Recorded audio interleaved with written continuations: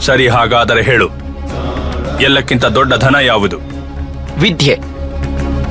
ವಿದ್ಯೆ ಎಲ್ಲಕ್ಕಿಂತ ದೊಡ್ಡ ಹಾಗೂ ಅಮೂಲ್ಯ ಧನ. ರಾಜ ಭೀಮ ದೇವನಿಗೆ ಆ ಉತ್ತರ ರುಚಿಸಲಿಲ್ಲ. ಅವನಿಗೆ ರಾಜನ ಖಜಾನೆಯ ಧನವೇ ಎಲ್ಲಕ್ಕಿಂತ ದೊಡ್ಡ ಧನವಾಗಿತ್ತು. ಮತ್ತು ಅತ್ಯಂತ ದೊಡ್ಡ ವೀರ ಯಾರು?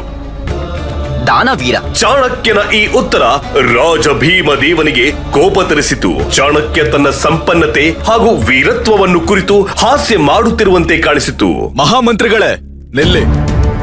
ಈ ಬ್ರಾಹ್ಮಣ ಬಾಲಕನಿಗೆ ಮುಂದಿನ ಪ್ರಶ್ನೆಯನ್ನು ನಾವು ಕೇಳಲಿದ್ದೇವೆ. ಹೇಳು ಬಾಲಕನೇ, ಯಾವುದು ದೊಡ್ಡದು, ಶಾಸ್ತ್ರವೋ ಇಲ್ಲ ರಾಜನೋ? ಮಹಾರಾಜರಿಗೆ ಜಯವಾಗಲಿ. ಶಾಸ್ತ್ರವೇ ಸಾಮ್ರಾಜ್ಯದ ಅಡಿಪಾಯವಾಗಿದೆ ಹಾಗೂ ಸಾಮ್ರಾಜ್ಯ ರಾಜನ ಅಡಿಪಾಯ.